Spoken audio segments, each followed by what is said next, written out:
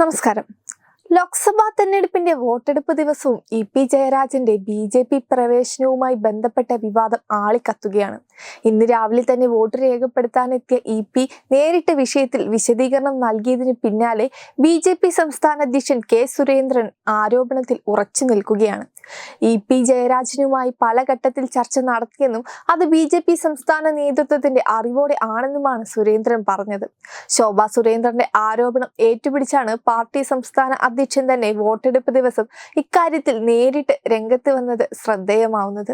ഇരു മുന്നണികളിലെയും അതൃപ്തിയുള്ള നേതാക്കളുമായി ചർച്ച നടന്നിട്ടുണ്ടെന്നും ജൂൺ 4 ശേഷം പല നേതാക്കളും പാർട്ടിയിലേക്ക് എത്തുമെന്നും അതിൽ ആരും പ്രതീക്ഷിക്കാത്ത പേരുകൾ വരെ ഉണ്ടാവുമെന്നുമാണ് വയനാട് മണ്ഡലത്തിലെ ബി.ജെ.പി. സ്ഥാനാർത്ഥി കൂടിയായ കെ. സുരേന്ദ്രൻ വെളിപ്പെടുത്തിയത്.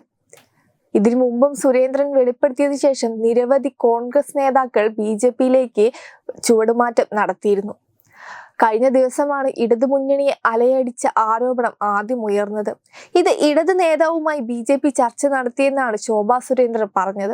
ഇതിന് പിന്നാലെ ആരോപണം ഏറ്റെടുത്ത കെ.പി.സി.സി. അധ്യക്ഷൻ കെ. സുധാകരൻ ജയരാജന്റെ പേര് വെളിപ്പെടുത്തുകയും ചെയ്യുകയുണ്ടായി. ഇത്തവണ വലിയ പ്രതീക്ഷയോടെ തെരഞ്ഞെടുപ്പിനെ നോക്കിക്കാണുന്ന CPM-നെ സംബന്ധിച്ചിടത്തോളം അവസാന നിമിഷം ഉയർന്ന ആരോപണം വലിയ വെല്ലുവിളിയായിരുന്നു. തുടർന്ന് ഇന്ന് വോട്ട് രേഖപ്പെടുത്തിയ ശേഷം ജയരാജൻ തന്നെ നേരിട്ട് മാധ്യമങ്ങളെ കണ്ട് ഇക്കാര്യത്തിൽ വിശദീകരണം നൽകാനും തയ്യാറായി.